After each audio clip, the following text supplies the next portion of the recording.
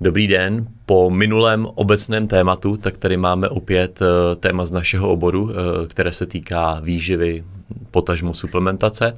Já tedy vítám společně se mnou Jakuba, kterýho znáte. Čau, Michale. A potom Renatu Novotnou, kterou asi znáte z našich blogových článků, textů a už i teda z jednoho dílu podcastu, kterou tady dneska máme na pomoc. Aspoň tady budeme mít jednoho usměvavého člověka. Ať se pořád nemusíte dívat na nás dva. Zdravím naše posluchače, dobrý den. No a Renčo, jestli bys mohla uvíct dnešní téma, o čem se chceme bavit? Určitě, tak dnešní téma bude o železe a já možná na úvod řeknu pár slov k tomu, proč jsme se rozhodli mluvit právě o železe a proč mu věnujeme celý dnešní díl. Nedostatek železa je totiž jedním vlastně z nejčastějších nutričních deficitů a odhaduje se, že až čtvrtina světové populace trpí nedostatkem železa, což je v podstatě každý čtvrtý člověk. Některá čísla udávají, že je to až 30%. Takže ty statistiky jsou opravdu nepříznivé. A i přes tahle čísla tak vlastně řada lidí nevěnuje takovou pozornost tomu, jestli má dostatek železa ve stravě. Přitom železo je vlastně klíčové pro udržení našeho zdraví. Nedostatek železa se dává do souvislosti i s řadou chronických civilizačních onemocnění, souvisí se střevními záněty a se srdečním selháním, ale obecně bych řekla, že vlastně ovlivňuje celkovou kvalitu života, přispívá k únavě, k pracovní nějaké neschopnosti a samozřejmě těch účinků železa je mnohem víc. No, možná pojďme, než budeme takový wikipedický, to dneska nás nahradí roboti, tak pojďme možná na to, proč to řešíme my. Tak a můžu ještě mít na vás jeden dotaz. Určitě, statistika každý čtvrtý jako globálně a jak moc je to v našich, jako, nebo v té vyspělé civilizaci? Je to taky stejný, nebo je to trošku lepší? Týká se to i vyspělých vlastně zemí, ale samozřejmě větší část postihuje rozvojové Takže dejme země. tomu, že v Evropě to bude ne každý čtvrtý, ale každý šestý? Nebo i ono se to bude zhoršovat s tím, jak je na vzestupu veganství, tak bude hůř. Ale je to teda o trošku lepší, není to tak až katastrofální. Ty statistiky ovlivňují hlavně ty rozvojové země, ale to, proč se chcem bavit o železe, tak primárně protože kdo nás sleduje, tak víme, že jsme ho v portfoliu dlouho neměli, že jsme ho naschvál vyloučili vlastně z těch multivitaminových komplexů a trvali jsme na tom, že to je hodně problematický prvek. A samozřejmě je to extrémně klíčový biogenní prvek, důležitý vlastně pro všechny organismy, ať jednobuněčný, tak pro savce, to je bez debat. Má celou řadu, účastní se asi 200 enzymů, a takže to by jsme se jako pak mohli bavit, pro co všechno je důležité a co se děje, když je ta deficience. Ale problém je v tom, že pokud ho budeme bezhlavě suplementovat, tak je to taky prvek, který má mimořádně toxický potenciál. A to hlavně u těch chronických stavů nebo u těch situací, kdy ho chronicky dávkuješ bez znalosti nějakých širších souvislostí. Takže asi kolem toho bychom se dneska chtěli točit, vysvětlit prostě pro koho ano, pro koho ne, vysvětlit, jak se vlastně dívat vůbec na nějaký, jak poznám, že mi to železo chybí, jestli se mě to týká nebo ne. Takže možná na začátek bych jen fakt lehce řekl, klidně Renča, ať nám řekne, proč je to důležitý, a pak bych šel hodně do té praxe a probral bych si třeba jednotlivé skupiny, to znamená, jakých vlastně populačních skupin se na to riziko deficitu týká nejčastěji, jak to třeba diagnostikovat, jaký jsou příznaky, pro koho naopak je rizikový dávkovat, a vlastně snažil bych se vyřešit to, co pak my vidíme, nebo respektive holky řešejí na lince důvěry. No z hlediska potom těch, nevím jestli, abych ti do toho neskákal, ale možná mě napadá na úvod, aby jsme jakoby, jak to ty lidi poznají, že mají toho železa moc nebo málo, aniž by byli teda s nějakým odborníkem. Může někdo subjektivně něco cítit? Tak určitě jsou jakoby příznaky nedostatku železa, takový, když si vlastně řekneme, jaký ty funkce železo má v organismu, tak od toho se odvíjí i potom vlastně ty projevy nedostatku. Takže železo hlavní vlastně tou funkcí je, že přenáší kyslík, až jakoby 60-70% železa vlastně se nachází v té formě hemoglobínu, což je vlastně součást červených krvínek a přenáší teda kyslík. To znamená, když budu mít nedostatek železa, tak se člověk bude zadýchávat, bude unavený, bude samozřejmě i takový bledej, takže to je taky jako na první pohled, co se dá poznat, bledost tváře, bledost pojivek. Železo ovlivňuje ale i vlastně kognitivní funkce, takže dává se to právě do souvislosti i s takovou nějakou třeba nesoustředěností, i s depresema. Je to takový, že vlastně to si pak můžeme říct, že máme potom pocit, že skoro všichni potřebujeme železo, ale těch vlastně funkcí v organismu je opravdu celá řada. Účastní se taky, jak říkal Jakub, spousty enzymatických jako kofaktor, je potřebný jako kofaktor pro enzymatické reakce.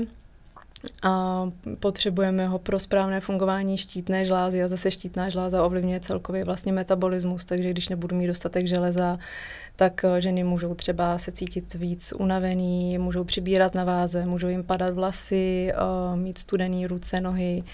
A další takový příznak je třeba lžičkovitý nehty, to znamená, když máte vlastně nehty do tvaru opravdu jako lžičky, že se tam udrží kapka vody na tom nehtu, tak je to jeden z dalších příznaků nedostatku toho železa, což si vlastně může každý posoudit sám. A opravdu, když někdo vyjde schody, zadýchá se, je unavený. To je asi nejčastější, no, ta únava a dušnost a pak ještě se občas objevuje syndrom neklidných končetin. Ale ono... Co je syndrom neklidných končetin, to mě zajímá. To máš ty. Jo, právě, to se tam... Ne, to spíš jako, že potom třeba v noci, když ty lidi usínají, tak prostě musí poklepávat nejčastěji jako nohou pořád. Asi, aby se dokrvili. Ale těch symptomů, příznaků je víc a nikdy to není jako, že bychom mohli říct, že za to může primárně železo. Ona diagnostika nebo diferenciální diagnostika těch anémií je poměrně komplikovaná, do toho bych se úplně nechtěl pouštět. A je poměrně že jsou nějaký signály, ale nemusí to nutně znamenat. Jako určitě se jde o toho nejjednoduššího, můžeme si asi říct i na co se třeba zaměřit v panelu železa nebo v testování jako v biochemickém screeningu, tak to každý by si jednou za čas měl udělat asi takovou tu preventivní prohlídku. Jejíž součástí je teda i odběr krve, tak tam už se na to dá podívat a asi se shodneme na tom s Renčou, že takový nejjednodušší ukazatel je vlastně zásobní železo, ferritin, a zatímco může být falešně pozitivně zvýšený, to jako ještě nic neznamená, jako že bys musel být nutně předávkovaný železem, pokud ten ferritin bude vysoko, tak určitě se shodneme na tom, že pakliže je nízký pod nějaký to referenční rozmezí, tak jednoznačně to znamená, že máš nedostatek železa. A pak se hledá proč už konkrétně. Takže ferritin, jakmile je nízký, tak to už je vypovídající, nevím teda proč. Přesně tak. Pak je potřeba jít potom proč, jestli to jsou jestli to je okultní krvácení, nějaký ztráty krve, nebo nějaká, a důvod vlastně autoimunitní onemocnění, nebo prostě nějaká menstruace, jako zvýšený ztráty krve u žen v průběhu cyklu. Teda lidí, možná tím pojďme začít, kterých těch populačních skupin se to týká? Tak jako já teda začnu, nejvíc jako ohrožený nedostatkem železa jsou právě ženy v reprodukčním věku, tím, že vlastně menstruují, tak mají každý měsíc ty krevní ztráty, ztrácí to železo, tak mají i vyšší potřebu. Pak jsou to určitě těhotné ženy, kojící ženy. Zase v těhotenství se navyšuje vlastně tvorba krve, ten objem krve z důvodu i vlastně zásobení toho plodu. I pro vlastně ten plod je potřeba potom to železo. No, pak jsou to sportovci a co se týče vlastně stravy, tak ty lidi, kteří přijímají železa málo ze stravy, tak jsou to vegetariáni a vegani hlavně. Především vegani. A ještě bych nezapomínal na kategorii seniorů, tam se předpokládá už jako nějaká malá absorpce, zhoršený vlastně stav toho gastrointestinálního traktu, tak i tam se občas ukazuje problém vlastně se vstřebáváním toho železa a může to být třeba v důsledku chybějících nějakých kofaktorů, měď, vitamin C, jo, a obecně jako horší stav toho GITu. Dá se teda říct, že když jsem chlap, který jí všechno a nejsem žádný profi sportovec, takže by se mě ten problém neměl týkat? Může, takže tak, to zase není jednoduchý teda. Ale nejseš úplně v té nejrizikovější skupině, takže je to jenom jako, že to nevylučujeme, ale nejčastěji, co bych se zaměřil, jak jsme tady dali dohromady, můžeme si to zopakovat, seniori, těhotní, sportovci, teda hlavně výkonnostní sportovci, neznamená to, že když si jdu 3krát někam zacvičit nebo za týden jednou se projedu na kole, tak to jako není to ohrožení, ale v momentě, kdy ten stres z toho tréninku je jako častý, vysoký objem, vysoká intenzita, tak třeba i v důsledku cytokinové bouře nebo zvýšených interleukinů, hlavně interleukinu 6, tak vlastně dochází k tomu, že se snižuje aktivita receptorů klíčových pro transport toho železa v organismu a může docházet k tomu, že pak to železo chybí. A další věc je, že často je to spojený i třeba s nějakým okultním krvácením ze střeva, s takovým tím jako drobným krvácením v důsledku toho právě toho těžkého tréninku nebo těžkých fyzických aktivit jako opakovaných. Mm-hmm. Pojďme možná začít tou nejdůležitější kategorií a to jsou ty ženy. Mm-hmm. Tak... Jak ta jakoby mladá žena se v tom má orientovat, že jo? Teďka zase vždycky probírám vitamínka, 2D, 3 a tak dál. Pojďme nějak začít jakoby jednoduše, kdy to je fakt pro ní ten reálný problém. Dá se teda říct, že pro každou ženu? Určitě to budou třeba ženy, které mají silný menstruační krvácení, tak tam bude určitě dobrý se na to zaměřit a ještě obzvlášť pokud opravdu budou třeba veganky, vegetariánky, nebudou jíst maso, tahle kombinace, tak určitě je vhodný se na to zaměřit. Já myslím, že jednou třeba aspoň za rok by bylo dobrý, aby si ten panel železa nechala zkontrolovat každá žena, nejenom pokud vlastně plánuje těhotenství, ale opravdu každá žena, aby měla jistotu, že přijímá dostatek toho železa. Mm-hmm. A potom v tom těhotenství jsme říkali, že je to obzvlášť důležitý. Možná bych řekla, proč vlastně, nebo jaký jsou rizika toho, když těhotná maminka nebude mít dostatek železa, tak železo je důležitý i vlastně pro zdravý imunitní systém, takže je potom víc náchylná k nějakým infekcím. Nejen ona, ale i potom vlastně i to miminko po narození.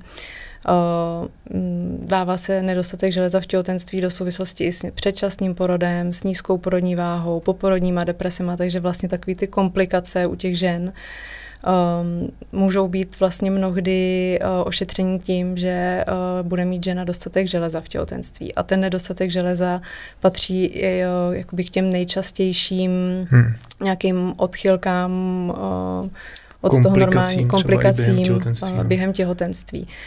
Tohle bych řekla, že se asi rutině kontroluje na základě právě hemoglobinu. Možná bychom se ještě mohli vrátit k tomu testování. Ty jsi zmínil vlastně ten ferritin, ale těch markerů, který testují, když se vlastně řeší nedostatek železa, je víc. V těhotenství určitě se to vlastně většinou na základě hemoglobinu stanoví jako anémie. Tam jsou zase ty referenční meze, kdy je to u těch žen, myslím, že pod 120 gramů na litr, teď si nejsem těma jednotkama jistá, jako to optimální rozmezí je nějaký, že to ještě jako, jestli řešíš úplně ty mantinely, anebo řešíš jako, co je optimum, jako z hlediska saturace organismu, tak samozřejmě ani málo, ani moc v případě železa, tak optimum, ta funkční medicína se dívá 140 až 150 gramů na litr. A u žen je to maličko míň, takže dejme tomu 135-145 gramů na litr toho hemoglobinu. A to ti pořád ještě nic nemusí říkat, protože ty právě nevíš, že ten krevní obraz, tak ta krvinka může být zdravá, ale v momentě, kdy se zvýší poptávka po železe, běžná poptávka po železe za normálních okolností je nějakých 20-24 mg u dospělého zdravého člověka. Mm-hmm. Když si vezme, že referenční dávka pro příjem železa je nějakých, teď nevím, mezi 10-15 mg, tak bys byl v mínusu. Jo? A teď si do toho jde ještě těhotenství, tak se v tom těhotenství prostě dostáváš vlastně naprosto přirozeně do patologie.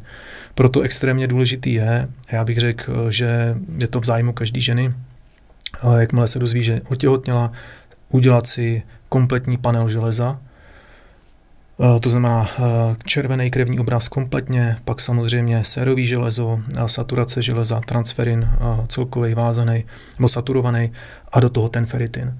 A tyhle markery, jde to ještě dál, jo, ale tohle je takový základ, který není nějak drahej a v rámci toho rutinního screeningu si myslím, že ti dá dobrý obrázek, jak na tom seš. A v momentě, kdy máš ty rezervy toho zásobního železa, tak i v případě, kdy se začne navyšovat vlastně v rámci té krvetvorby poptávka po železe, tak ta žena to těhotenství absolvuje z tohohle hlediska bez problémů. Mm-hmm. V opačném případě se dostává vlastně do sideropenické anémie. K těm hodnotám teď, aby jsme lidi, kteří se o to nějakým způsobem aktivně nezajímají nebo nejsou fanoušci, tak když půjdou za doktorem, tak to, jak si ty teďka popsal, tak vlastně tam jsou jakoby v bezpečí, že... Záleží, jak k tomu ten lékař přistupuje, pokud to udělá celkově zodpovědně, asi jako většinou v režimu samopláce, v podstatě, že to je ten problém, že k tobě Jde o to, ta moje otázka směřuje tam, že jak s vitamínem D, že vlastně se udává, že 50 až 150 je OK, ale my víme, že 60-70 jako fakt není dobrý. Takže jestli to je to, že vlastně ten doktor tě zachrání před tím jako neumřít a nenechat se odvízt sanitkou, když to úplně s absurdním. Nemyslím to vážně, jo, teď jenom jsme si to dokázali představit. Ale vlastně, jestli potom zase můžu být něco jak u toho vitamínu D na 60, že sice aktuálně neumírám, ale už to může mít zdravotní konsekvence. Já možná do toho skočím, že si myslím, že jsou tam tyhle ukazatele, který jako funkční medicína třeba se na ně dívá jinak, kde to optimální rozmezí je užší v porovnání s tím vlastně normálním rozmezím, právě třeba u toho feritinu, tam je to rozmezí širší, ale jakoby optimum chceme vidět opravdu u těch žen, já nevím, 45, kolem třeba těch 45, i když ta mes je jakoby mnohem normální mes. Jasně, mnohem takže širší. to bychom těm ženám doporučili, když půjdou třeba k praktikovi nebo ke komukoliv jinému, tak si ještě překontrolovat tohleto jedno číslo a pokud je to, dejme tomu, v těle těch rozmezích, jak říkáte, tak můžou být v klidu. Jo, dalo by se vycházet, to je takový základ. No. Jo, mně jde o ten základ, rozhodně tady nehradíme nějakou individuální praxi, ale spíš, aby ty lidi dokázali být sami nějakým způsobem zodpovědní za to svoje zdraví. Mě tam k tomu ještě napadá vlastně k tomu feritinu, co jsme nezmínili, že když je ten feritin nízký, tak je to vlastně jakoby ukazatel toho, že toho železa mám opravdu nedostatek v těle. Ale když je vysoký, tak to nemusí znamenat, že mám dostatek železa, ale je to vlastně i marker, ukazatel zánětu. Takže pokud budu mít chronický nějaký zánětlivý onemocnění, artritidu, já nevím, celiaky, třeba zánětlivý střevní onemocnění, budu mít feritin vysoký, ale pořád můžu mít vlastně jako nedostatek železa. Takže to je právě i důvod, proč je dobrý si testovat celý ten panel, jak říkal Kuba, a nejenom zjistit hemoglobin, kdy se vlastně už staly příklady, že lékař se díval na ten krevní obraz, viděl, že ten hemoglobin je nízký, tak vlastně doplňoval tomu pacientovi železo, hemoglobin byl pořád nízký a nikdo mu nezměřil vlastně feritin, který byl vysoký, a bylo to právě z důvodu třeba celiakie nebo zánětlivého onemocnění systémového. Takže vlastně to, že já budu dobře znát ten svůj panel železa, tak můžu teoreticky odhalit i nějaký jiný věci, které někde běží na pozadí, o kterých nevím. Dalo by se říct, no. Jenom vždycky snažím balancovat nějak mezi tím, že co nejvíc poradíme a zároveň nezmateme. Možná, jestli někdo z vás využil naše testy Omega Index Vitamin D, tam vlastně tím naším cílem bylo, aby ty lidi mohli být sami soběstační s dávkováním, protože vždycky to, co my poradíme, tak to nebere v kontextu individualitu. A to stejně se teda snažíme nějakým způsobem teďka postavit, aby v té aplikaci byly i tyhle ty složitější marky na tu interpretaci, tak třeba se nám to jednou podaří, ale zatím to je ve fázi vývoje, protože to, co říkáte, tak zase člověk si to potřebuje 5krát spustit zpátky, ten, který to nerozumí. My řekneme jako 10% toho, co bychom potřebovali, protože to jako ani bez prezentace skoro není možný, protože kdybych ti teď začal něco říkat o ferooxidáze a aluminální a bazolaterální membráně, tak prostě se nikam nedostaneme. Takže my to jsme pro běžnou populaci máme marker ferritin, ten, když je nějak jako v mezích, tak mě to může uklidnit a pak můžu jít dál, pokud Spíš tě to má znepokojit, když je nízký. Všechno ostatní už je zase možný interpretovat různě, ale v momentě, jak je nízký, tak máš problém. Tak jsme nakonec toho podle mě vybrusli, že to je uchopitelný, ne? Ano. Tak doufám, že dostaneme bídu do komentářů, že jsme to zesložitili. Hodně zjednodušovat. Kdo to vypne po 10 minutách, tak nás bude nenávidět. Ne, ty důležitý body teprve přijdou. A možná ještě obráceně, aby jsme zmínili, že tak, jak je to důležitý biogenní prvek a tak, jak je často deficitní, tak ale i často bývá v těch už jako toxických hladinách. Jo? A to je právě to, že tím, že pro to železo neexistuje exkreční cesta, jak by se organismus vlastně zbavil.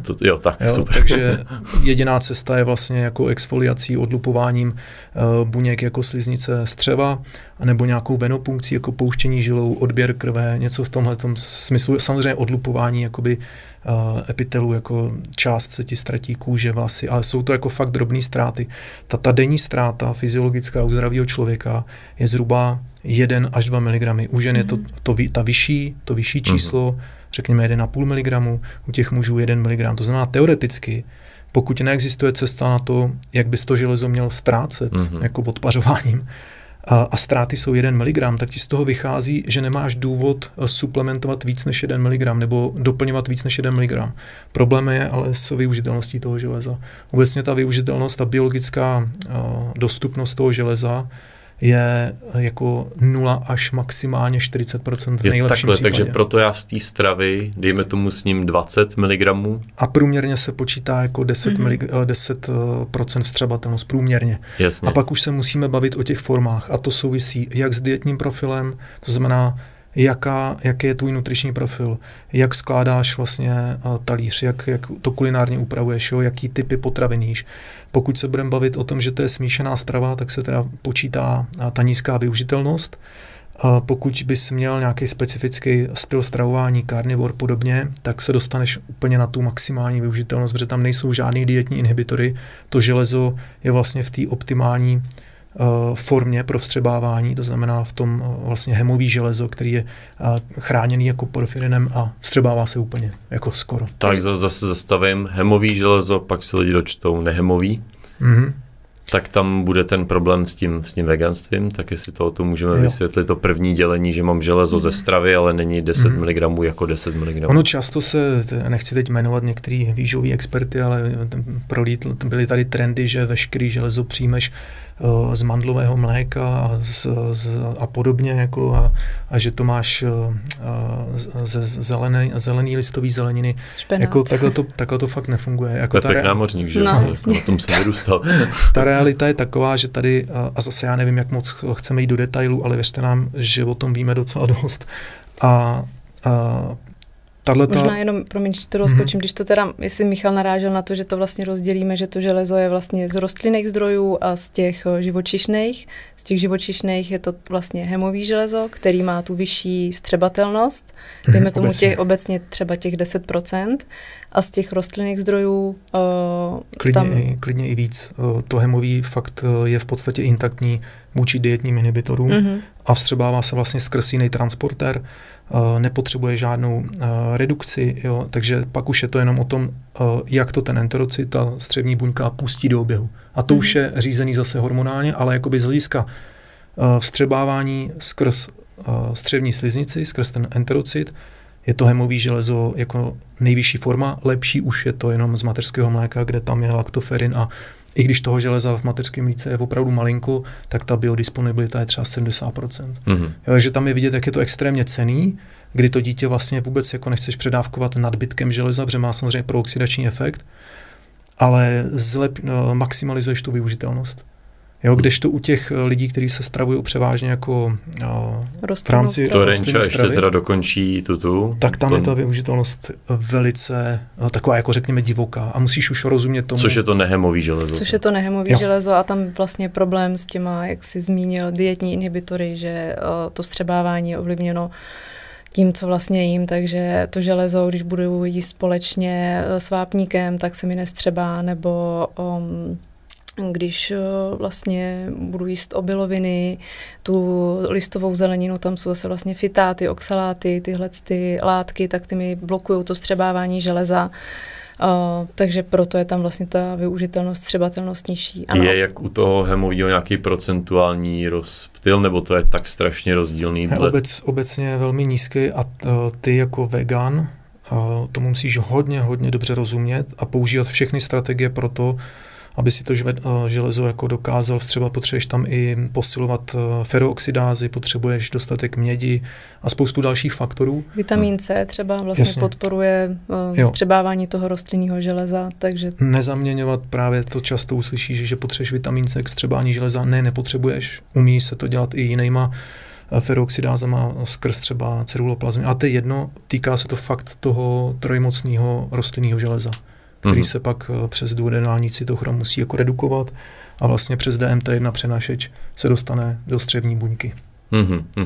A pokud to tam není, tyhle ty faktory, tak ta vyžitelnost je velice nízká, proto i ty vegani, vegetariáni, kteří o tom problému vědí, třeba jsou na hranici anémie nebo už jsou anemický a držejí se té ideologie a chtějí neustále jakoby se držet toho směru, že to budou všechno přijímat z rostlinné stravy, tak je to téměř nemožný, protože za prvý to může být nějaká jejich individualita, že to nezvládají, a za druhý většinou, jako z mojí praxe, nerozumějí těmhle detailům a tam je jako ten problém, že počítají absolutní hodnoty železa a nepočítají tu vstřebatelnost a transport, jakoby asimilaci. Promiň, takže myslíš, že vlastně vegani nemají v podstatě skoro šanci mít ze stravy dostatek železa?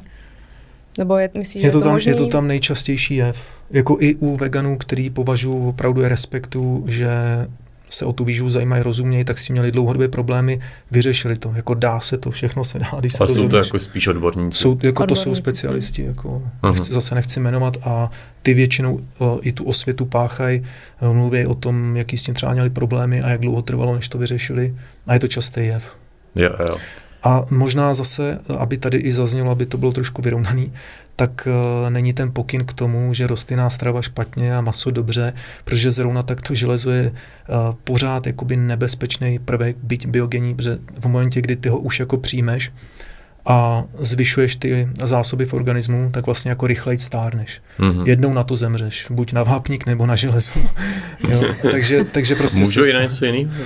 Leda jako nehoda, jo? Jo, ale je to jeden z těch principů vlastně toho předčasného stárnutí, protože je to tranzitní kov, má ten potenciál vytvářet volný radikály, tím, že tam je ten nepárový elektron, takže vlastně ty zvyšuješ oxidační stres toho organismu a v momentě, kdy ty zásobní formy železa už jsou jakoby nad svojí kapacitou, řekněme, že hlavní skladovací orgán jsou játra, hepatocyty a řekněme, že zdravý člověk tam bude, a teď nechci úplně, ale řekněme kolem 1000 mg je jako 1 gram železa, tak je taková ta ještě dobrá kapacita skladovací a vidíme, co se děje u alkoholiků nebo u starších lidí, kteří mají třeba nějakou poruchu na úrovni regulace metabolismu železa a dokážou toho železa akumulovat nebo vstřebávat víc kvůli vyblokovanému hepcidinu, tak vlastně oni se tím železem v průběhu života jako otrávějí. To jsou takový ty alkoholici s tím červeným obličejem, nebo červeným nosem, nebo... Jo, jako je to tam vidět taky a ten jejich krevní obraz je pak vlastně v té patologii na opačném spektru, že už toho železa mají hodně, mají vysoký vlastně hemoglobin a vysoké formy hemosiderinu a feritinu jako toho zásobního železa a to tělo se toho nemá jak zbavit, takže to uskladňuje do těchto tkání a pak to působí toxicky samozřejmě primárně na játra, na slezinu, na srdce a tak dále. Jsou tam pak i nějaký kognitivní poruchy a je to typický třeba i u sportovců, který používají nějaký anabolika a vlastně podporují tu. Pak se k tomu ještě vrátíme. Teď jsme si říkali, že jsou lidi, kteří ho mají hodně, málo, hemový, nehemový, tak pojďme říct, ty zdroje teda rostlinný, jsme si řekli, že je tam železo, vstřebatelnost nízká a teď ať už mám hodně nebo málo, tak vlastně bych to chtěl regulovat. Kde jsou ty zdroje v té stravě, z kterých konkrétně živočišných zdrojů, kde je ho vlastně hodně? Tak u těch živočišných zdrojů tak je to hlavně maso, orgánový maso, játra jsou vlastně jako jeden z nejbohatších zdrojů železa. Takže je rozdíl kuřecí prsíčka versus orgány. Velký, nebo je to jakože... Jsou tam velký rozdíly a můžete se podívat do nějakých databází pro hodnoty potravin a jak říkala Renča, ty játra, to jsem říkal, že tam je to hlavní zásobní orgán, tak jsou pochopitelně nejbohatším zdrojem železa.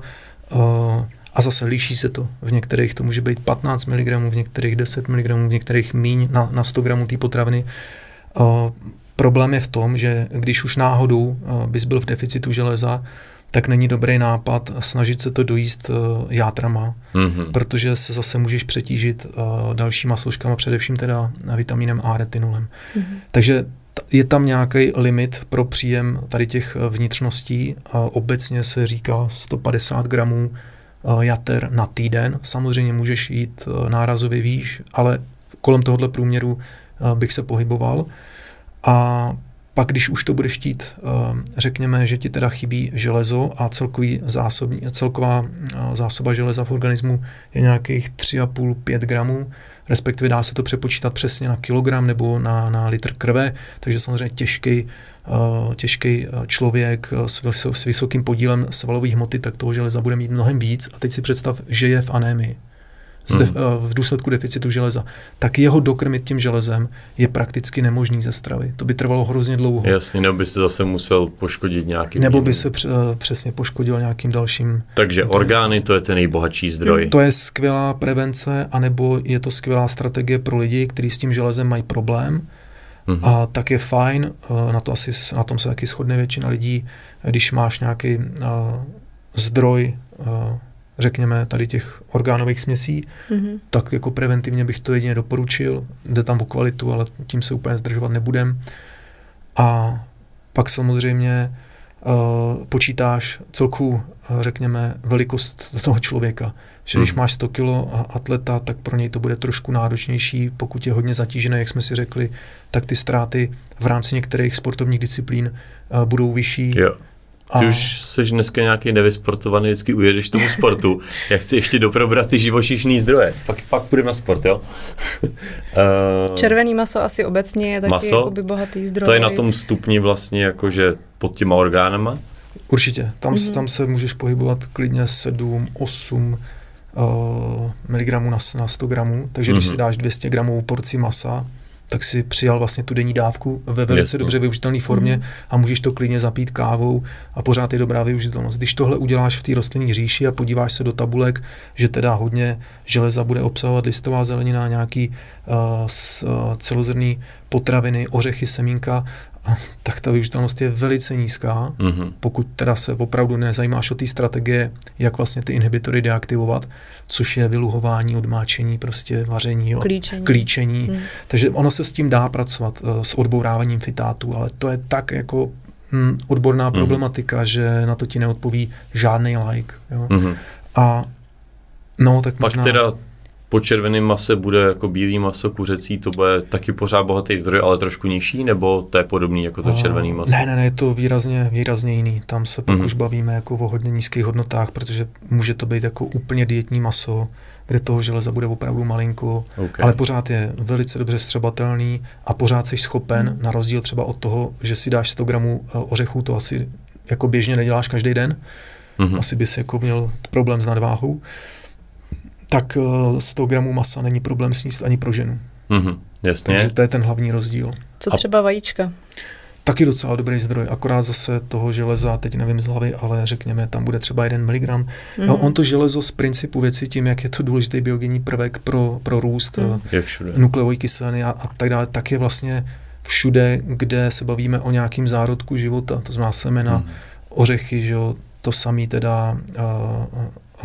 teď jsem chtěl ty vnitřnosti. Jo. Ještě mám jednu kategorii ryby. Ty budou na úrovni toho kuřecího masa nějak přibližně? Můžou být, budou ryby, které třeba i tu nějak má vyšší hodnoty železa, ale z toho masa třeba i pštrosí. Jo, je tam prostě těch možností víc. Jo, a potom ostatní živočišné produkty, mléčný? Docela špatný, jako na obsah. Jo, takže vysloveně de facto jakoby o to maso. Maso, ryby, vejce. Maso, ryby, vejce, jasně.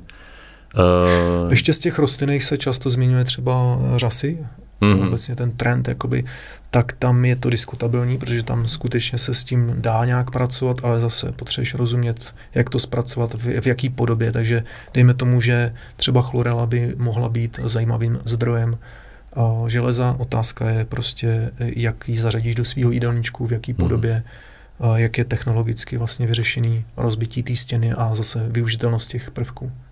A já se často setkávám taky vlastně jako rostlinný zdroj železa, tak lidi si kupují melasu jako zdroj železa, nebo pijou kopřivový čaj, což je vlastně jakoby taková...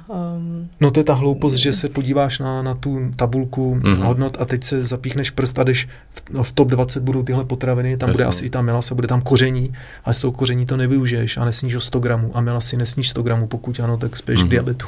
Jo, takže pak je to o tom si to přepočítat na využitelnost a na to, kolik toho sním. Jasně. Jako doplněk je to asi fajn.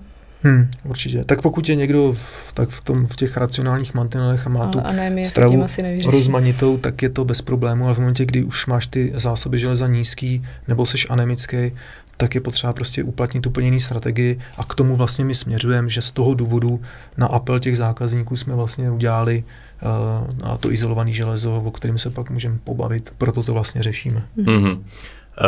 Ty sportovci. Teď nastává tvůj čas. Možná radši ne. Tak vlastně pořád ta matematika toho jakoby příjmu, té konverze, ta je tam stejná a navíc teda jsou tam ztráty v důsledku toho sportu a teď to prvně rozdělím, týká se to vytrvalostních, silových nebo obou? Spíš bych řekl vytrvalostních. A já nevím, jak moc bychom zacházeli do toho detailu, to už je spíš jako asi hodně pro odborníky, tak možná od toho pojďme, ale je to jako fascinující pochopit, proč se to děje. Jakmile pochopíš, proč se to děje a co s tím můžeš dělat, tak ta strategie nespočívá v tom, že budu suplementovat železo, ale že předcházím těm ztrátám a maximalizuju vlastně využitelnost toho železa, který se mi dostane do toho enterocytu. Tam je ten klíč, protože... Já to ještě trošku uvedu, proč jsme u toho sportovního tématu v poslední době strávili dost času. Tak máme takový skvělý příběh a zdravíme teďka někam do Oberhorfu na soustředění, že vlastně od nás začala kupovat sama česká běžkařská reprezentace, protože jim fungovalo naše Dčko a tak dál. No a pak se nám ozvali, jestli pro ně nemáme nějakou slevu, až z toho vznikla spolupráce, no vlastně my teďka jim nějakým způsobem radíme ze suplementací, jak ji zlepšit a vlastně stali jsme se nějakým partnerem české reprezentace a vlastně poslední dobou nebo v tom vytrvalostním sportu pořád převládá ten názor mezi odborníkama, je to vlastně celosvětově napříč těma sportama, kde se vlastně těm sportovcům předepisují fakt jako velký dávky železa, 100 mg, něco takového, což vlastně my tadyhleto jsme nějakým způsobem převrátili to myšlení a zase jdeme na to trošku složitější cestou a je tam i ten kontext, že vlastně sice, že se nedíváte jenom na zvýšení toho výkonu a tupě se dívat jako na studie 100 mg železa dokáže to a to, ale vlastně co se děje s tím organismem, jak on s tím pak musí pracovat, kam to uklízet a tak dále. Jo. Já bych ještě zasadil do kontextu, tak ten problém tam skutečně je, to znamená, pokud ten problém ignorujou, tak vlastně ten výkon se jim zhoršuje a hodně velká část těch závodníků se pak postupně, zvláště těch z kategorií žen, tak se dostává do anemie sideropenický. Proto ty lékaři, ten celý realizační tým na to musí reagovat a musí řešit vlastně doplňování toho železa, ale ta správná cesta je v tom, o čem se tady bavíme my. Samozřejmě je to mnohem složitější, ty lékaři na to nemají čas, není to jejich specializace, ten závodník na to nemá čas, ale je na čase zkusit ty věci řešit fakt jako úplně to optimalizovat, tak to je něco, o co se pokoušíme teď. Věřím tomu, že se nám to podaří. A je to jeden z takových těch extrémních případů, ale můžou se z toho poučit i lidi, kteří nejsou v profesionálním sportu, ale my víme, že hodně lidí dělá výkonnostní sport a mají vlastně podobné problémy. To jsou takový ty, kteří 4x týdně 3 hodiny prostě sednou na kolo nebo na běžky a prostě jedou full gas. Takzvaně, že už do téhle kategorie bys to a do toho pracují a pak jsou unavený a zhoršuje se jim imunita, protože jim začne chybět to železo vlastně. Co se tam vlastně děje u toho extrémního vytrvalostního sportu? A to je právě to, já nevím, jestli bychom to tady měli rozebírat, ale v zásadě jde o to, že ty snižuješ nebo dochází k vlastně ztrátě receptorů pro navázání toho železa, protože to je složitá cesta, museli bychom úplně začít od začátku, jak se to železo vstřebá, co potřebuje vlastně na té luminální straně, na bazolaterální straně. Ale prostě ten organismus má daleko větší požadavky. Ne? No, částečně určitě asi jo, protože vlastně... No právě, že nemusí, protože, jak jsme řekli, ona ta ztráta, to železo se recykluje, takže pokud ho nestratíš, tak ho máš dostatek, ale u těch sportovců právě jde k tomu, že v důsledku navýšení vlastně těch cytokinů zánětlivých, interleukin 6 především, tak dochází ke ztrátě důležitých vlastně receptorů pro distribuci toho železa a tím potom začne trpět i erytropoéza. Jo? Tak jenom jestli tomu teda já rozumím, já jsem to pochopila super, tak, že zličtit. Sportovci mají vyšší potřebu už z toho důvodu, že vlastně železo je součást myoglobinu, takže vlastně proteinu, který je ve svalech, takže potřebují dodávat i větší přísun vlastně kyslíku svalům, víc pracujou, to je jedna věc. A druhá věc teda tím, že sportovci jsou vlastně v tom vysokém fyzickém zatížení, tak tam potom dochází k nějakému navýšení zánětu, což potom ovlivňuje částečně asi i tu střevní výstelku a jsou narušený střeva, potom právě může docházet k nějakému, já nevím, zhoršenému střebávání železa třeba ze střev, nebo tímhle tím způsobem je ta potřeba. Jde primárně o ten druhý bod. Jo, to prostě říkám, to pokud bych jako vstřebal 100 mg železa, jak jsem to vstřebal a nemá se to kam ztratit, pokud si jako nevyškubu vlasy a nesedřu kůži a nebudu krvácet z konečníku. Takže prostě jde o to, tak hezky popsat, to je fantastický. Jde o ty zvýšené ztráty na úrovni odlupování vlastně těch střevních buněk, těch erytrocytů, kde já to železo podržím po nějakou dobu, ho uskladním vlastně ve feritinu už v podstatě a já ho potřebuji dostat do toho oběhu. A protože tam jsou pak narušený nějaký další faktory, na který není čas tady ani prostor to rozebírat, tak vlastně ten sportovec má střevo přetížený železem, klidně může jíst prostě stejky, játra, ještě to suplementovat, ale vlastně většina toho železa se mu ztrácí odlupováním toho epitelu.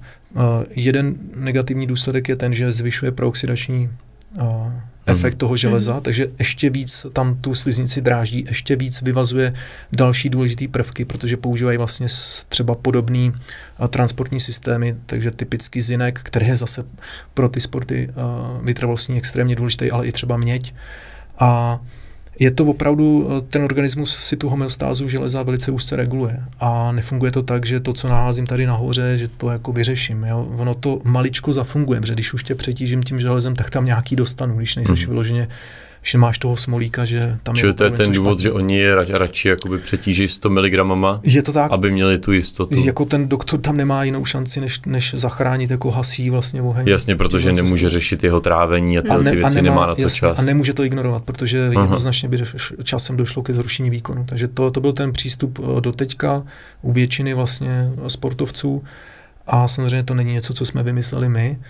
A už s tím řada odborníků na světě pracuje tady tím způsobem, takže jenom je o tom, je potřeba o tom mluvit. U většiny sportovců to takhle bude pořád a teď kdo individuálně se nějak o to svoje zdraví zajímá, nejde mu o to jenom vyhrát nějakou medaili a pak to zapíchnout ve 40 s problémama, tak se o to může zajímat tímhle tím způsobem, že teda ten problém, který vlastně ty popisuješ, takže všichni to ovlivňují na tom vstupu, ale nikdo neřeší, co se děje vlastně potom. Rozlišovat mezi absolutním příjmem a mezi homeostázou železem. To je to poselství, co tady řešíme a to se týká i těch těhotných. Pochopitelně v momentě, kdy se zdvojnásobní, nároky na krevní oběh, když řekně oprav, jestli tam opravdu dochází k takovému zmnožení a vlastně krvetvorbě, že ty kofaktory důležitý pro růst toho plodu a krvetvorbu, jako kromě železa i kyselina listová, B12 a další, tak jsou tak enormní, že za běžných podmínek je velice těžký to hradit jako ze stravy, téměř nemožný, i té ženě se vlastně potom mění chuťové preference, protože to cítí. A je naprosto přirozený, že se dostává jakoby do deplece postupně. A teď jenom zase, to řešení není, že ji budeme suplementovat bezhlavě železem, to je to, co my řešíme a k čemu se pak třeba dostaneme v druhé půlce, nezapomeňte na to, mě tam vrátit. Proč si nemyslíme, že to je taky jako dobrá strategie, jako plošně každou ženu dávkovat železem, protože je těhotná. Ale je to opravdu časté jev, že to železo pak chybí. A Ono, když bychom dávkovali vlastně každou ženu, tak pak mimo jiný jsou i nějaký práce a odborníci, kteří upozorňují na to, že bude tam nějaký procento žen, my nevíme jaký, odhaduje se třeba 1/4 žen, který teda když otěhotné, tak mají tu homeostázu železa dobrou, mají dobrý stravovací návyky a začnou brát nějaký multikomplex pro prenatal, něco takového a začneš je chronicky vlastně tím železem zbytečně jakoby předávkovávat. A zase ta střevní buňka si to pak zreguluje, protože v momentě, kdy máš nedostatek železa a seš anemický, tak vlastně downreguluješ hepcidin, který vzniká v játrech a vlastně maximalizuješ navázání toho železa v té střevní buňce na transportní kalán a na ferroportin a maximalizuješ vlastně využitelnost toho železa. A tohle se děje přirozeně vlastně i v tom těhotenství. Takže čili mám ho málo, tak to tělo si to dokáže regulovat, vezme si víc. Je to u těhotných žen, tohle pozorujeme u řady minerálních látek.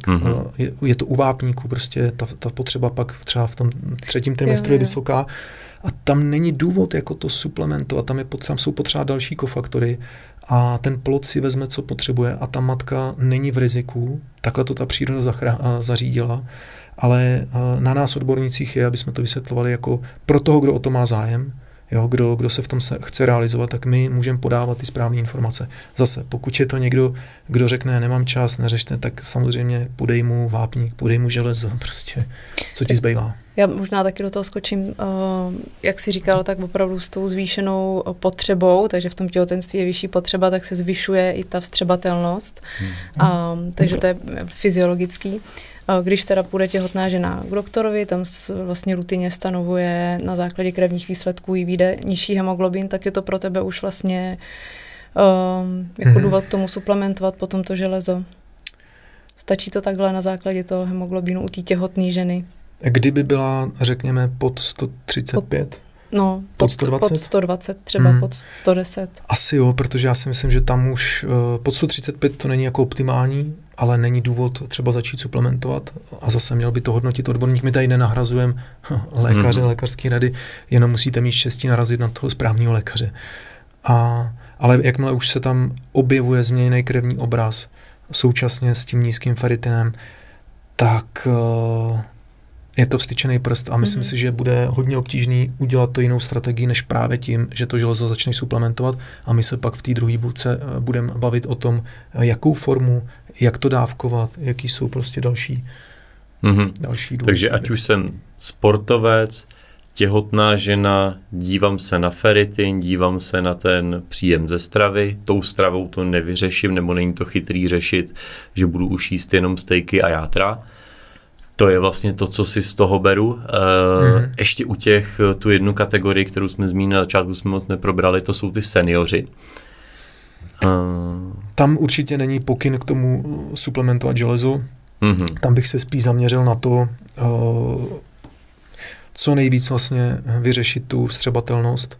A to jsou, dejme tomu, nějaký obecně stravovací návyky, skladba toho talíře, jako rozmanitá strava jasně. A u toho železa by nemusel být problém, pokud se tam dodrží nějaký principy a ten člověk, pokud opravdu není už anemický i ve vyšším věku, tak si myslím, že to železo by mohlo fungovat dobře. Aniž by to musel jako nutně suplementovat. Jo, že budou prvky, nebo budou prostě doplňky stravy, který bych určitě suplementoval a nevsázel bych na to, že jíš pestře rozmanitě. U toho železa bych to naopak nedělal zase kvůli tomu prooxidačnímu efektu a snažil bych se to jako personalizovat. Takže budou seniori, u kterých se ti kromě B12 a dalších věcí vyplatí řešit asi i to železo. Pořád bych šel cestou těch správných forem, o tom se budeme bavit. Ale není to pokyn k tomu, že co senior, to anemický a suplementovat železo. My jsme v ideálním případě to naše železo moc neprodávali, nebo vápník, který přijde za chvilku na trh, tak ten se budeme snažit promovat tak, aby si ho lidi nekupovali. Aby fakt jenom, který mají specifický ty. A u toho železa, já si myslím, že tam ten trend je, když si lidi vygooglujou top 10 nejdůležitějších suplementů, tak teď vlastně čtu postupně ten seznam a čtu, co mi to jako přinese, ale nikde není to riziko a určitě, nebo ne určitě, ale tipnu si, že když si vykliknu top 10 supplements, tak prostě mi tam a vykliknu 20 webů, tak budu mít v polovině z nich železo, vápník a budou ty benefity, které tím jako získám. A určitě to byl jeden z těch nejprodávanějších produktů, takže... Já bych možná ještě jsme zapomněli na jednu kategorii a to jsou děti vlastně, protože děti mají taky vyšší potřebu železa. Já nevím, jestli Kubo, ty jsi se setkal v praxi s tím, že jsou děti anemický, je to jako častý jev a... Jak se to stane, když to dítě není vegan? Že on se asi nerozhodne, ne? A ne, tam jsou to opravdu špatné stravovací návyky, a nebo teda to, co takový ten nešvar, který se nám tady rozmáhá, tak jsou to pak třeba autoimunitní onemocnění, ještě v té skryté latentní fázi, kdy opravdu dochází k horší absorpci a k těm změněným gastrointestinálním charakteristikám, a teď my nevíme, jestli to je na podkladě dysbiózy, prostě nadbytek samozřejmě chemických aditiv, konzervantů, to, co to střevo nemá rádo. A ono se to pak dotkne i využitelnosti třeba železa. Děti kolikrát sem jakoby třeba maso nechtějí jíst, nevím, je to pro ně... Je to tak, no. Tam ty příčiny jsou spíš opravdu v tom, že na tomu dítěti to do určitého věku jako racionálně nevysvětlíš. Tak. A ono už může být na té hranici těžké patologie, která ještě není úplně důvodem k tomu, aby ho začal jako nějak medikovat a podávat mu prostě bolusové dávky železa na předpis. A teď ta maminka neví, jako je to na suplementaci, není to na suplementaci, a teď vlastně nemá ty nástroje, nemá ty návody na to, jak z té situace ven. Takže se ten stav neustále zhoršuje, až skončí jako pacient. Když to dítě bude jíst všechno, nebude mít autoimunitní onemocnění, je riziko, že to dítě bude mít nedostatek železa? Jako samozřejmě najdou se nějaký jednotky případů, ale teď obecně... Ale asi by nemělo být v riziku, si myslím. Ne, tohle je opravdu jenom na úrovni dietní expozice železem. Pokud tam je dostatečná dietní expozice toho železa a současně tam není nějaký problém na úrovni ztrát, teda dejme tomu okultní krvácení nebo nějaký ten chronický zánět na podkladě autoimunitních onemocnění a podobně, tak ten problém nenastane. Tak tím jsme uklidnili teďka podle mě většinu maminek. Objevuje se to a ta maminka by to měla potom řešit samozřejmě s příslušným expertem, ideálně kooperace lékař a nějaký nutriční specialista, který se na to zaměřuje. A je to jako mezioborová spolupráce, to by bylo úplně to ideální. A tak by se nám to jako líbilo všem a není to jako běžný scénář. No. Jo. Jasně, ale pokud prostě děti nemají rádi maso a budou hodně bledý a unavený, tak asi bude vhodný se pobavit s pediatrem o tom, že by bylo fajn zkontrolovat železo. Jo, určitě. Bude vlastně ta diagnostika stejná. Měřím ferritin a tak dále, tam vlastně nejsou žádný rozdíly. A ty hodnoty taky? Ty jsou upravený pro děti jako nějaký referenční meze. Tak to už pak necháme na těch příslušných pediatrech. To samozřejmě si neinterpretuje laik, takže to prostě ideálně lékař, specialista. A my to tady, my bychom se o tom ani neměli potřebu bavit, my to spíš máme jako úvod k tomu, proč to železo řešíme. Protože to prostě neustále takový evergreen, kdy se nám to vrací a vlastně holky to vědí nejvíc, jako jak často se na to ptají maminky, sportovci, jo, a těch pacientů, kteří mají různý onemocnění na úrovni toho trávicího traktu nebo autoimunity, těch přibývá taky různý intolerance, alergie potravinový a ono to s tím pak souvisí. Takže my jsme na to museli reagovat a tenhle díl by měl sloužit k tomu, že ten člověk, který je v tom ztracený, tak se pokusíme toho tady říct co nejvíc a stejně to pak bude ještě na nějaký individuální dořešení většinou, ale otevřeli jsme to téma, aby se o něm víc mluvilo, to je celý. Jo, s tou anémií, tak vlastně my jsme se bavili o takové těch, že jsem jako bledej, unavený, padají mi vlasy, tak to vlastně zní tak jako, že nejsem ideální, ale může to víc potom k nějakým závažnějším problémům. Samozřejmě u těch těhotných to je jasný, tak tam může dojít až k tomu nejméně žádanému, ale u normálního člověka. Jakoby snížená imunita, potom náchylnost k nějakým infekcím, budeš častěji třeba nemocnej. Takže to, že mi vypadá vlastně, nebo jsem bledej, je vlastně ten milosrdný signál, že to mám začít nějakým způsobem řešit. Dalo by se říct, a hlavně ty nevíš, jestli to je železem, ale je to tam častý, protože tak to může být proteinová malnutrice, která je taky dost spojená obecně jako s transportem těch minerálních látek, jakmile ta bílkovina už je hodně nízko, tak ty transportní proteiny nefungují, takže to jsme tady už rozebírali. No. No a potom, když mám ten nadměrný příjem železa, tak já teda vím, že tam hraje roli i genetika. Jak tohle to poznám, že jsem v tomhletom problému? No nepoznáš, nebolí to. Jo. Takže je to jenom o nějaký prevenci. prevenci. Takže to jak s tím vápníkem. No vlastně jo, jako přesně tak, může se celoživotně přetěžovat vápníkem a postupně jako ti to tělo zvápenatí, stvrdne a to železo je druhý z těch extrémně negativních jako faktorů, pokud seš tím takhle přetížený. No a jak to zjistím? Proto právě si myslím, jsme mluvili o tom testování, ta prevence, jakoby není dobrý se dívat jenom na jeden ukazatel, ale nechat si udělat ten celý panel. Když budeš mít zvýšený ten ferritin, tak je to jakoby jeden a současně ten odborník si řekne, že tam bude nízká saturace, jo, nízká transfery, jo, takže on to musí někdo pak interpretovat ten obraz. Tohle to už teda není jako u té anémie, mám nízký ferritin, mám jako červenou vlajku, že to mám řešit, kdežto tohle je složitější. Tohle to je daleko složitější, takže tam už to je na individuální práci, ale je to, že musím číst x marků dohromady. Je to tak. Jo, tohle to bychom chtěli zdigitalizovat. To je to, co nějak snažíme tomu porozumět. Výhoda teda toho železa je oproti vlastně jiným prvkům, klidně můžeme malinko odbočit, že se dá měřit. Protože vždycky lidi chodí hořčík, jo, ale hořčík vlastně z té krve nezměříme, tak jenom ten příklad, jestli můžu poprosit, proč třeba nedává smysl se dívat na hodnoty hořčíku v krvi.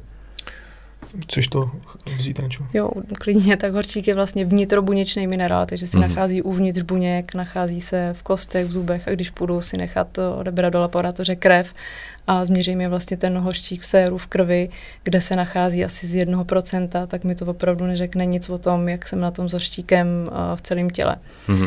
Ono je to stejný i u toho železa, ale tam máme právě ty další kontrolní markery, tam taky jako nenajdeš 60% zásob železa, jo, teď nechci pásnout, jsou to řádově procenta. A tak stejně jako u toho horčíku se bavíme do 1%, ale my nemáme co k tomu doměřit. Na rozdíl od toho železa, kdy ten odborník si doměří spoustu dalších markerů a má celkový pohled na, řekněme, nějakou homeostázu železa v organismu. U toho horčíku to tak není, musíš zatížit organismus.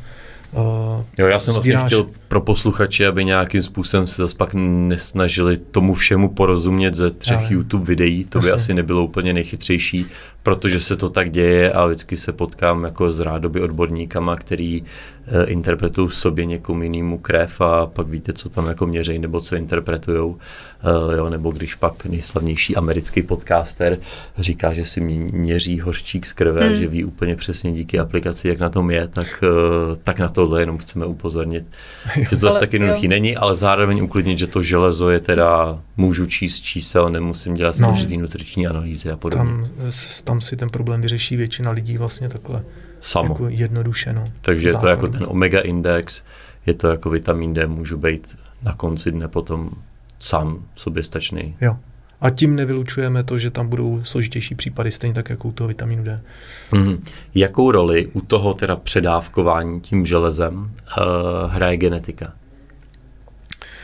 Můžeš patřit mezi ty lidi, kteří mají poruchu vlastně na úrovni hormonů, hepcidinu, který vlastně řídí tu homeostázu primárně na úrovni vstřebávání toho železa ze střeva. Takže pokud patříš k těm lidem, kteří tohle mají narušený, což je malý procento v populaci, jsou pak samozřejmě zase etnika, který to mají vyšší a je to docela zajímavý fenomén, tak můžeš patřit k super vychytávačům toho železa a budeš si muset příjem toho železa celoživotně hlídat, protože se ty zásoby budou vlastně zvyšovat. Máš nějakou informaci, kolik procent lidí má tuhletu poruchu?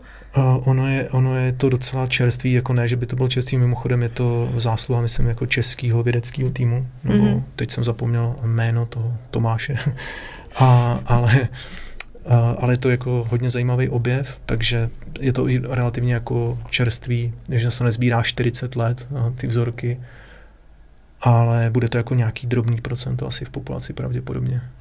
A je to teda Není vlastně... to úplně jako běžný, úplně. Jako já už jsem to viděl v praxi, ale zažil jsem vlastně 2 lidi. Je to hematochromatóza. Jo. Co jsme vlastně nezmínili, to genetické onemocnění. Když se zvyšuje vlastně vstřebávání vápníku, tak je hematochromatóza. Co s tím můžu dělat? Železo. No. Co s tím můžu dělat, když mám to? Ty se musíš starat o to, protože prostě to železo vstřebáváš, protože ti chybí ta down regulace. Takže ty to, co přijmeš ve stravě, tak ta využitelnost je vlastně jakoby maximální, dalo by se říct. Nebo respektive neexistuje tam to, že ten hepcidin obsadí vlastně ten transportní kanál, respektive receptor a vlastně ho jakoby schová do té buňky, takže potom ty nemůžeš to železo vstřebávat. Nepošleš ho přes transferin do oběhu. Takže takhle to funguje u zdravého člověka, ta regulace. Takže prostě odejde se stolicí a ty se nepřetížíš železem. A děje se tak třeba i u akutních infekcí, kdy to železo je důležité třeba i pro bakterie, tak vlastně ten organismus to jako zavře a na chvíli omezí distribuci toho železa v organismu, aby prostě zabránil té infekci. Tak je jeden z těch mechanismů. A u těchto lidí to nefunguje vlastně tak jako u zdravého člověka, takže v průběhu života, pokud mají vysoký dietní příjem toho železa, tak se jim v organismu kumuluje.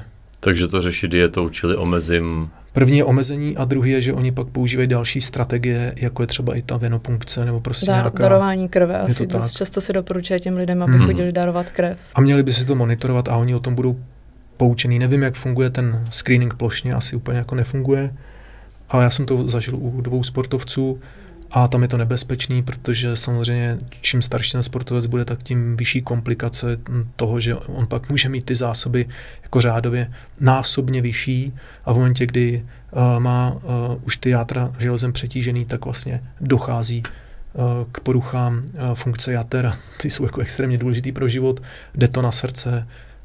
Takže ten sportovec pak jako bude mít sportovec, jakýkoliv člověk bude mít velký problémy zdravotní. A pokud, takže asi bych to takhle uzavřel, že kdo má tu možnost, tak když si občas zkontroluje preventivně ten panel železa, tak tam ty tendence uvidí. A možná máš ještě informaci o tom, jestli lidi, co mají vlastně tu hematochromatózu, tak jestli lékaři sledujou, že třeba opravdu jim to testují, každý rok chodí na testy a hlídají je, anebo když už teda mají tu diagnózu potvrzenou, jestli jsou potom v péči a jsou víc hlídaný, nebo... Já si myslím, že pokud to je specialista, hematolog, nebo prostě, tak já si myslím, že to jako rozhodně nezanedbá tu péči.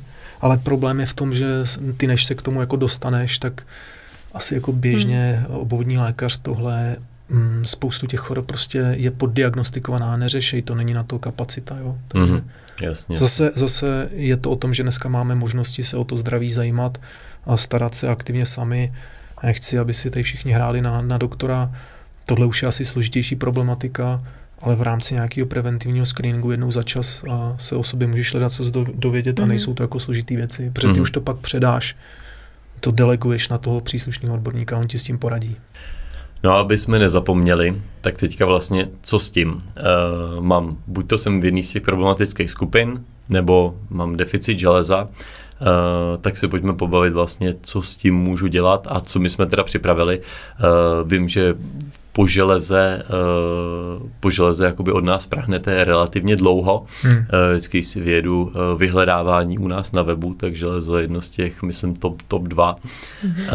Tak jsme ho dlouho neměli. Neměli jsme ho, protože jsme to nebyli schopni nakontraktovat v té kvalitě, co potřebujeme. Jakube, za tebe jenom, ty máš hodně zkušeností, nebo jsi měl z minula mezi jednotlivýma formama železa a jak se ty lidi cítí, jaký pak mají problémy, tak jestli to můžeš nějak zmínit. No, ona ta suplementace železa není bez rizika, takže má spoustu nežádoucích vedlejších účinků. A to, co se běžně jako používá v lékařství, tak to jsou vlastně úplně ty nejhorší formy, že jo, síran železnatý. Síran železnatý. A to by Renča mohla taky říct, zkušenosti to klidně doplň. A zní to jako hezky síran. Zní to, viď, jako něco chutného se sírama. Ne, a tam jsou ty typické příznaky vlastně toho prooxidačního efektu, včetně jako obstipace, teda zácpy, nauzej, že jo, prostě pocity jako nevolnosti a samozřejmě zvyšuješ nebo zhoršuješ potom ten terén toho střeva. A zvlášť, když to používáš ve vysokých dávkách, takže vstřebatelnost je velice malá a ty nežádoucí účinky jsou velký. Takže proto i možná oni dávkují ty vysoké dávky? Nebo?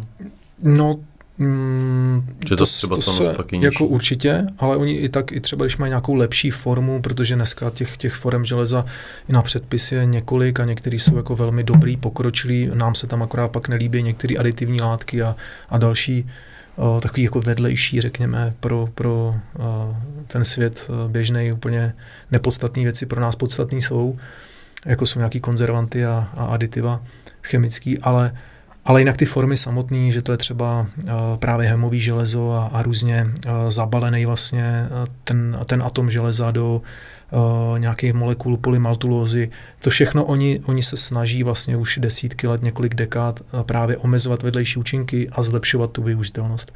Takže na tom železu se pracuje roky a dneska za takový ten zlatý standard jsou považovaný takzvaný jako bisglicináty nebo bisglicinát železa a obecně je to nějaká vazba, organická vazba kov-ligand a ideálně v poměru 1:2 a více.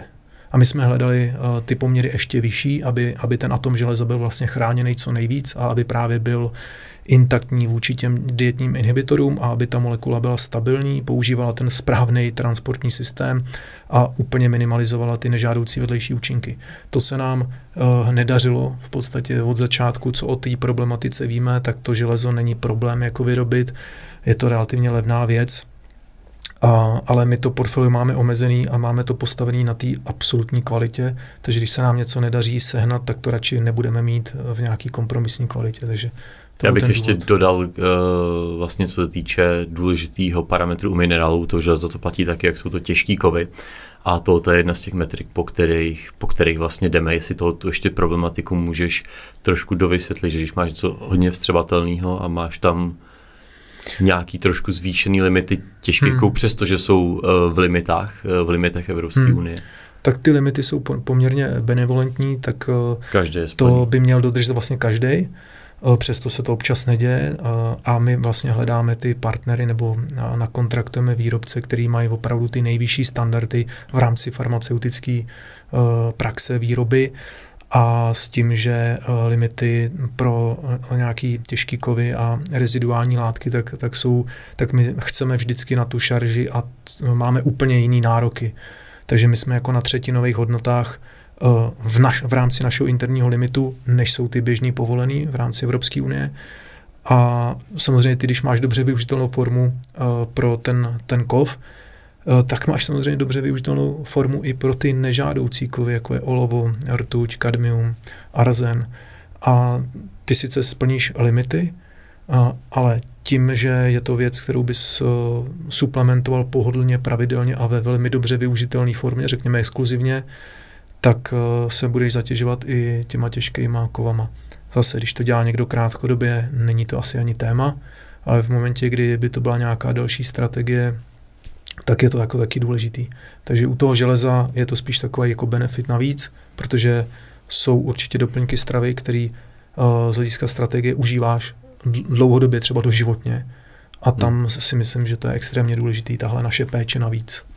Možná to bych doplnila, že to řešíme právě u toho hořčíku, který lidi užívají dlouhodobě, pravidelně a tam to řešíme taky a to je vlastně stejná výhoda.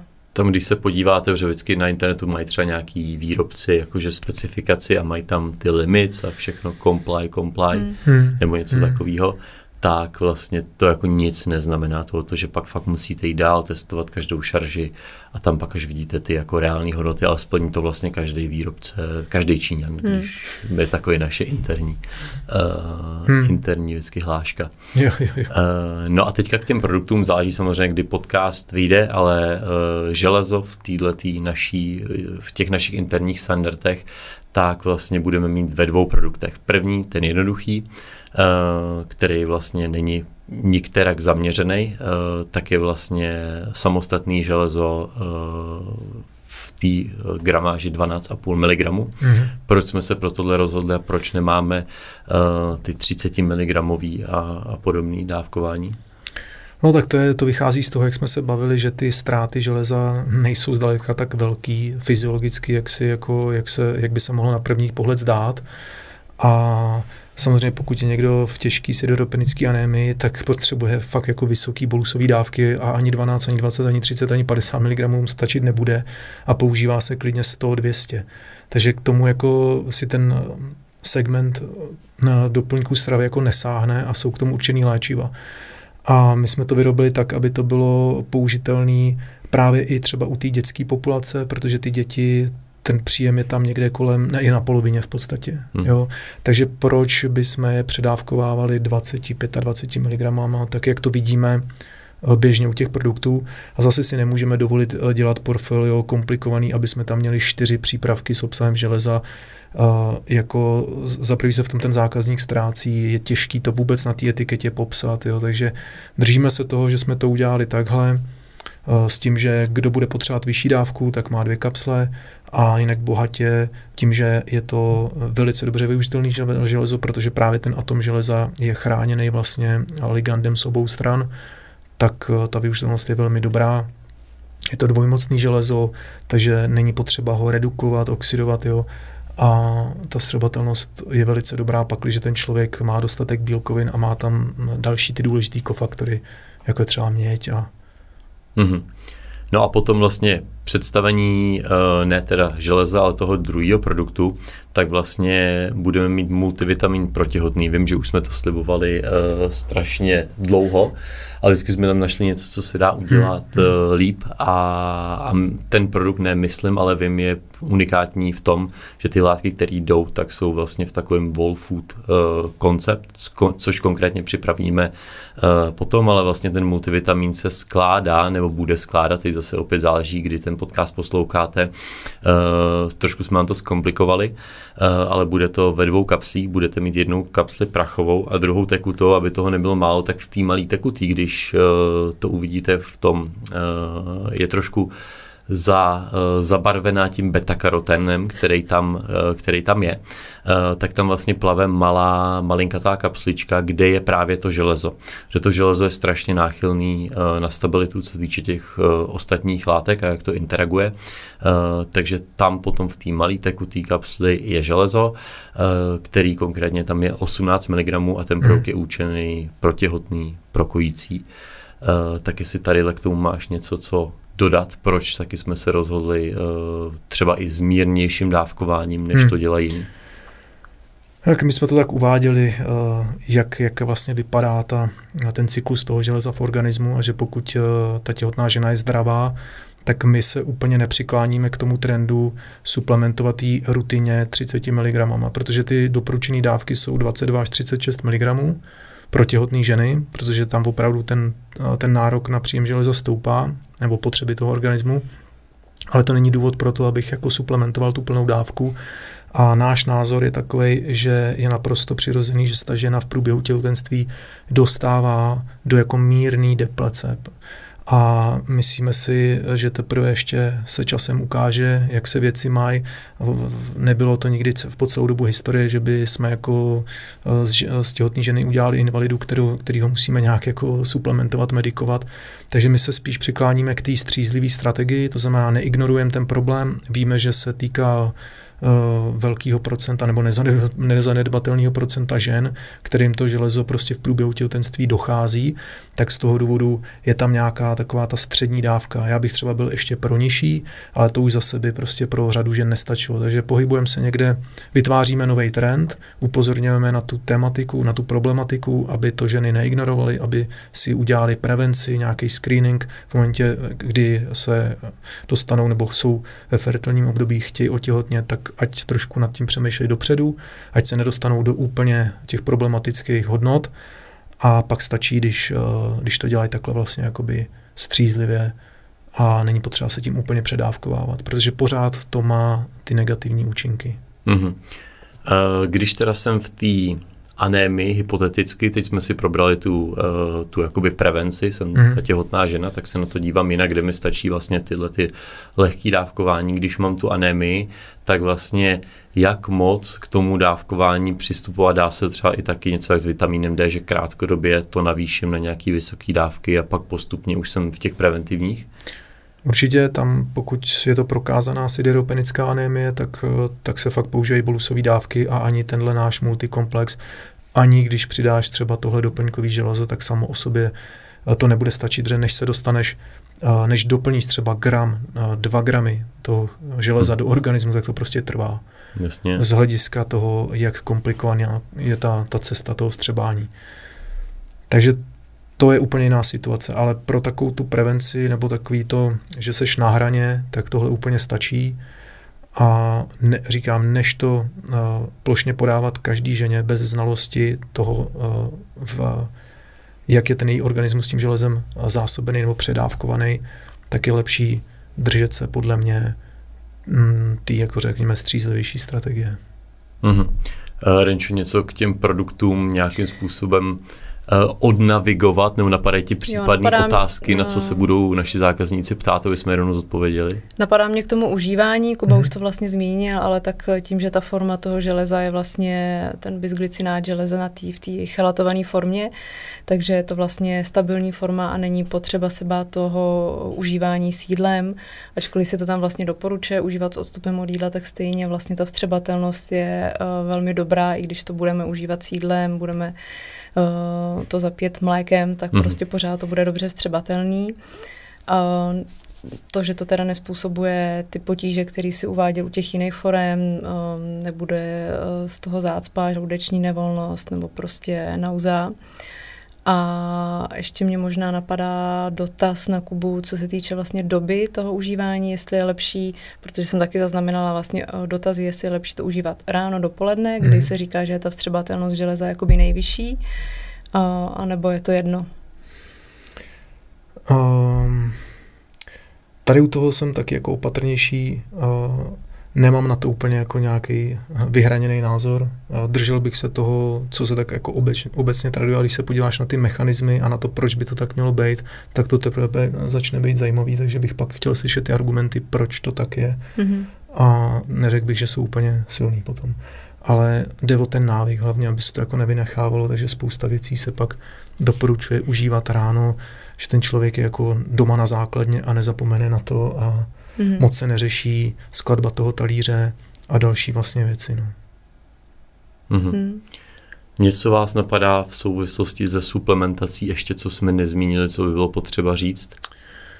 Možná ještě k výhodám toho našeho produktu, že ty jsi to trošku zmínil, že to železo samozřejmě tím, že je problematický z hlediska toho nepárového elektronu v té předposlední slupce elektronového obalu. Teďka jsi to zase opět zjednodušil. Já jsem fakt zvědavý, já se na to schválně podívám, kolik lidí ten díl jako vyplo v průběhu. Tak teď podle mě už většina to jako katla. Ale zkus. Je to možný.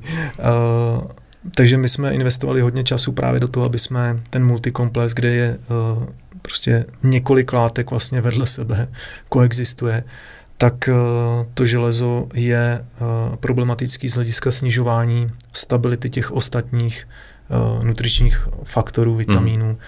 A z toho důvodu je právě jakoby chráněný v té samostatné kapsli. Takže já si myslím, že tam je obrovský benefit, ta technologie vůbec není levná, ani ten vývoj nebyl levnej a my si od toho slibujeme to, že ta těhotná žena nemusí suplementovat ze 3 nebo 4 samostatných dóz, ale má to vlastně v rámci jednoho doplňku stravy a má to v garantovaný nebo ve špičkový využitelnosti, aniž by se to jako navzájem nějak ovlivňovalo. Takže tohle je jako velká výhoda. A to je možná vlastně jakoby, kdybyste chtěli zvolit třeba levnější variantu, ne nás, protože tady my přidáme, ten produkt je fakt drahej oproti ostatním na trhu, ale je to skutečně zaměřený na ty nejlepší možný vstupy. A když někde uvidíte syntetický DL-alfa-tokoferol versus to, co tam máme my, tak jako přiznáváme, že ta cena na tom vstupu prostě je 3x dražší, proto i ta koncová cena.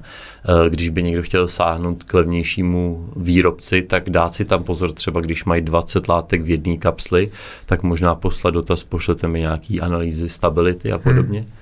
Jo, tak my asi ten produkt stejně budeme muset vysvětlit a to je jako naše práce, takže na to bude samostatný díl možná, ale teď, jak jsme byli u toho železa, tak jsem jenom řekl, co tam vlastně bylo složitý, že nemůžeš jen tak jako někam přihodit železo. To železo vlastně extrémně nestabilní s ostatníma látkama, takže třeba železo, vitamin K2 problém, tak si představte, že v těch multikomplexech je těch látek třeba 15 nebo 20. Tak tam už je to potom buď to na hodně zkušeným technologovi na těch formách, dost často to pak dobře funguje s těma syntetickýma formama a ne úplně s tou přírodou, která tam potom v tom dělá bordel a je to těžký, takže kdyby to, tak pozor na tu stabilitu, aby tam všechny ty prvky skutečně byly tak, jak se uvádí na etiketě. Že vlastně ten problém s doplňkem a stravama je, tak my jsme v odvětví, který je jako minimálně regulovaný, takže vy vlastně máte strašně málo jako zákazních mechanismů, jak se nějakým způsobem bránit a tak dál. Takže je to takový divoký západ. To naše odvětví. Po zásluze kritizovaný. Tak. No tak jo, já bych to teda trošku shrnul. Pokud má někdo problém s železem, tak se možná našel v nějakých z těch symptomů, který jsme zmínili. Je určitě relativně snadný s tím něco dělat, pokud ho mám nedostatek, tak jsme dali nějaký základní návody, jak postupně postupovat. Potom je to trošku složitější u lidí, kteří ho mají hodně. Probrali jsme rozdíly mezi hemovým, nehemovým, čili rostlinnou, živočišnou složkou, potom co s tím dělat v suplementaci. No a samozřejmě, pokud máte, že tady to je téma, kde věřím, že spíš nás doposlouchávali různí specialisti, výživáři a tak dál, že ty se v tom našli, takže pokud máte doplňující dotazy, klidně nám je pošlete, můžeme možná udělat nějaký webinář nebo Q&A díl. V ideálním případě bychom vás potom odkázali na nějaký profi, výživáře, praktiky, který vám s tím pomůžou individuálně s tou problematikou, kde vlastně pokud nás také nějaký výživáři poslouchají, tak se nám klidně ozvěte, děláme jednou za čas pro vás nějaké školení a do budoucna ta vize právě je mít nějaký network lidí, kterými můžeme dál potom doporučovat, protože skutečně na zákaznický lence nemůžeme doporučit nebo poradit nějak personalizovaně. Tak, zapomněli jsme na něco, nebo jste spokojení, že jsme se všeho dotkli? Jo, já myslím, že jsi to shrnul krásně. Shrnul jsi to krásně, myslím si, že jsme zapomněli na spoustu věcí. Jo, ty už zase bys to trošku... Ale jako říkám, je to proto, aby když se nám v tom někdo ztrácí a má složitější dotazy a kolikrát třeba i takový jako rejpavý, nedůvěřivý, tak jsme se snažili ukázat, že to je fakt jako rozsáhlá problematika a že to jako nejde vyřešit na poradenský lince jako za 5 minut. A asi to je jako nejdůležitější. A pak k těm jednotlivým produktům a k jejich výhodám, tak určitě něco se píšeme na blogu a možná určitě k tomu natočíme speciální video, tam se tomu budeme věnovat jako víc. Tohle byl takový jakoby úvodní díl do toho, jak my přistupujeme k tomu železu a vlastně máme na to konsenzus od začátku. My jsme k tomu přistupovali tak, že to železo nebylo vlastně v multivitamínu, ty důvody jsme řekli, teď se nám to podařilo technologicky vyřešit a doufáme, že to nebude potřebovat moc lidí. S výjimkou teda toho produktu pro těhotný, tam je to jasný a i o tom by se dalo dlouze diskutovat. Část jsme řekli, proč nejsme zastánci toho úplně vysokého dávkování. Jo. A věříme to, že tímhle vyřešíme jako drtivou většinu Vždycky ta vize, nebo možná ještě, abych popsal to, jak my se vždycky díváme, když nějaký produkt vyvíjíme, tak je to otázka pro koho. Takže vlastně člověk, který fakt jako hodně špatně, tak tam bychom ten produkt stavili úplně nějak jinak a my sázíme na to, že naši zákazníci se budou snažit něco dělat i s tou stravou, čili se na ně nemusíme dívat jako na pacienty. Takže to je co jsme tím dílem se snažili předat, vyřešit to částečně stravou, pak si třeba pomoct tím suplementem, ale rozhodně nejenom se nějakým způsobem odkazovat na doplňky stravy a dívat se na to jako na léky a na zbytek se vykašlat. Ty produkty budou popsaný, dávkování u nich taky bude popsaný a my pak vlastně v těch specializovaných videích se ještě asi zaměříme na ty různý dávkovací schémata, pro koho ano, kolik, kdy, po jakou dobu, a spíš se asi pověnujeme u každého toho produktu zvlášť. Mm-hmm. No tak jo, já vám oběma moc děkuju, věřím, že to bylo přínosný. No a pro vás, pro posluchače, tak nám klidně napište kritiku do komentářů. Pokud se vám něco z toho líbilo, tak nás můžete pochválit, dát like, sledujte nás dál a pokud máte i nápady na další témata, budeme rádi, když se ozvete a budete nás sledovat dál. Mějte se krásně, nashledanou. Děkujeme, nashledanou. Tento podcast slouží pouze k zábavním účelům. Žádné informace, které zde zazněly, nepředstavují radu. Jedná se pouze o osobní názory účinkujících a nemohou sloužit k diagnostickým, preventivním, léčebným, zdravotním nebo lékařským účelům. Pokud máte zdravotní obtíže nebo otázky týkající se zdravotního stavu, obraťte se na odbornou pomoc. Neneseme odpovědnost za případnou újmu, která vám vznikne v důsledku nesprávného naložení se sdělenými informacemi. Podrobnosti se dozvíte v informacích o podcastu.